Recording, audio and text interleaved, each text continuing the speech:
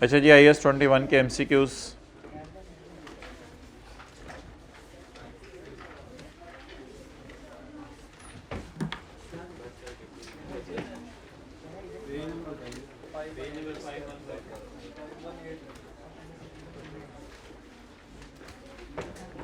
Page number 518।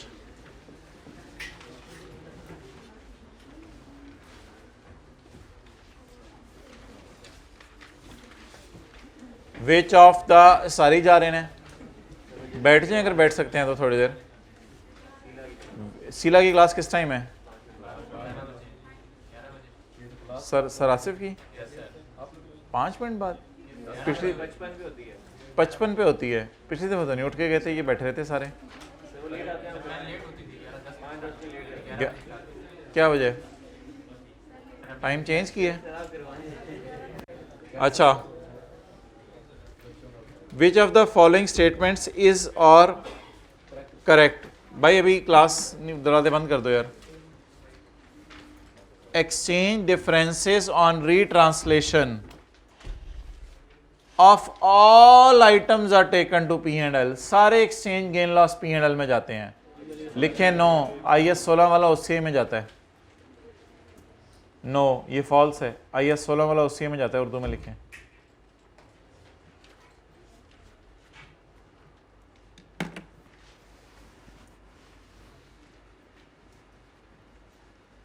Next,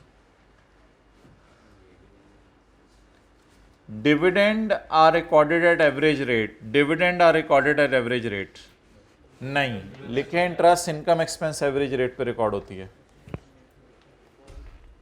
lock कर दो।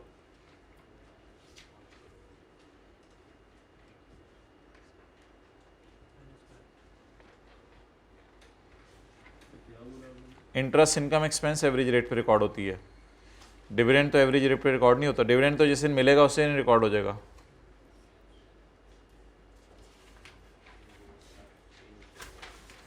तो option D, none is correct.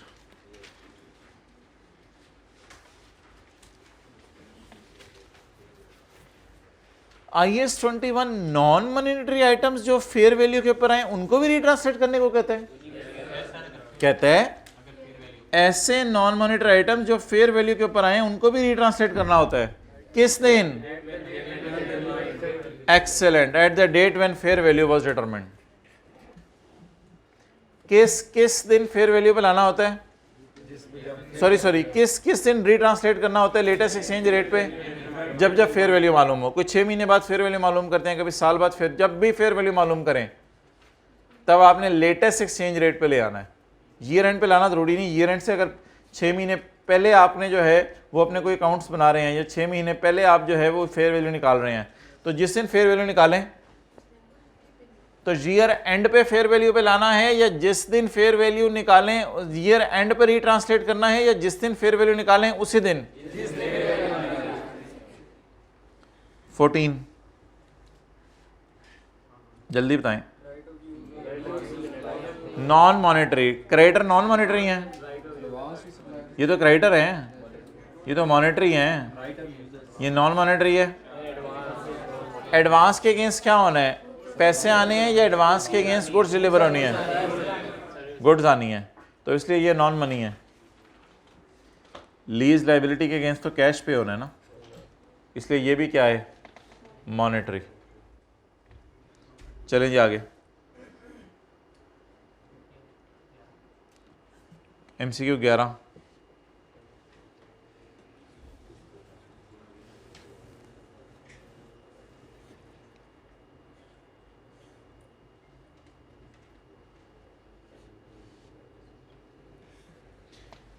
In relation to IAS 21, which of the following is correct? Exchange gain and loss arising on retranslation of money items are taken to OCI। नहीं, लिखें अगर IAS 40 वाला monetary item, अगर investment property पे gain loss आए वो तो P&L में जाएगा। लिखें अगर इन्वेस्टमेंट प्रॉपर्टी पे फेयर वैल्यू गेन लॉस आए अगर इन्वेस्टमेंट प्रॉपर्टी पे गेन लॉस आए वो तो P&L में जाएगा।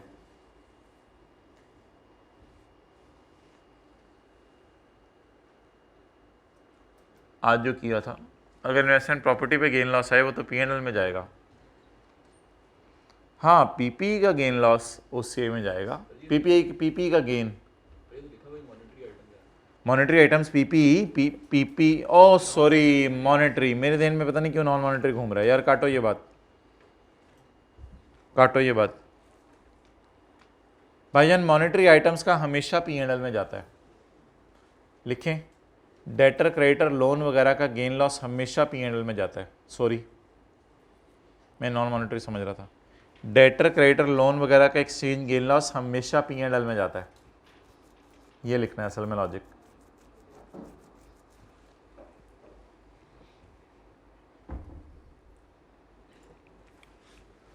Non monetary items carried at fair value, जहन में ले आए। Non monetary items carried at are retranslated, agree करते हैं, are retranslated at the date when the, जब भी फेयर वैल्यू मैयर हो जब ये रीट्रांसलेट होंगे। ये तो वही वाला एमसीक्यू जो थोड़ी देर पहले किया। Intangible is money, no intangible is non money. Non monetary items carried at cost, आज एक सवाल किया है। इन्वेस्टमेंट प्रॉपर्टी थी, 4 साल उसकी लाइफ दी हुई थी। Non monetary items carried at cost, आपको सवाल दिखा देता हूं। Non monetary item carried at cost,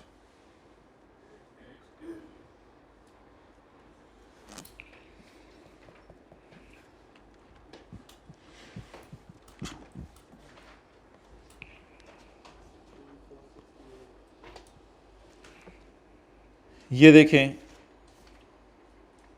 ये page 468 example 2।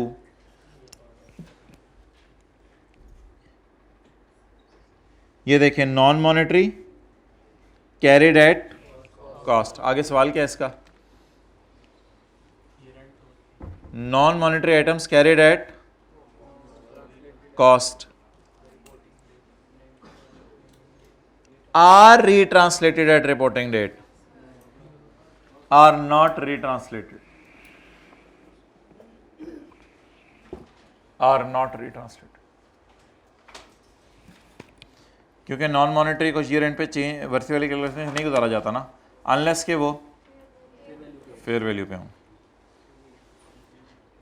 Which of the following is a money item?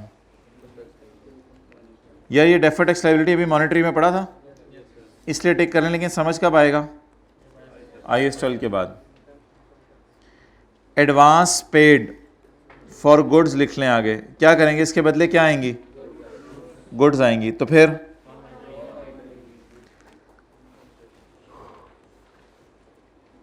Income tax payable,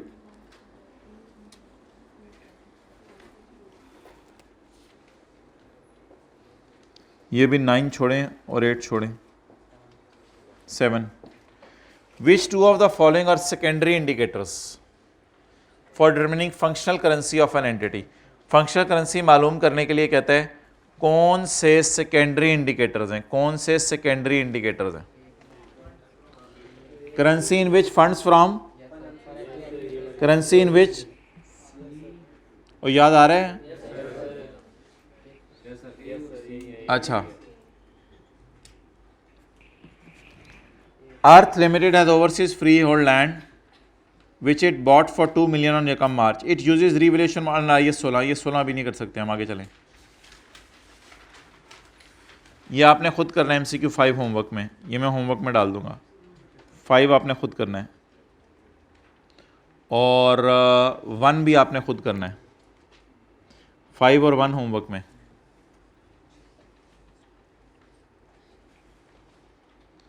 अच्छा, पीछे कौन से रह गए? ये 5 और 1 आसान है असल में। 2, 3, 4, 4 देखें।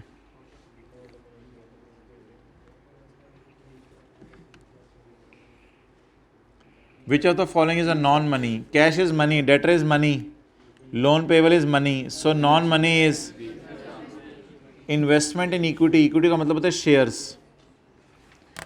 Investment in shares of other companies, अगर आप दूसरी कंपनीज के शेयर खरीद लें तो ये मनी है या नॉन मनी है? Non money. Which of the following is not a primary indicator, कौन सा प्राइमरी इंडिकेटर नहीं है? सी वाला, क्योंकि सी वाला कौन सा है? Secondary. MCQ 2, which of the following are correct? An entity can have only one presentation currency. No, it can have thousands of presentation currencies. Functional currency is the currency of primary economic environment in which entity operates. Any currency other than functional is a foreign currency.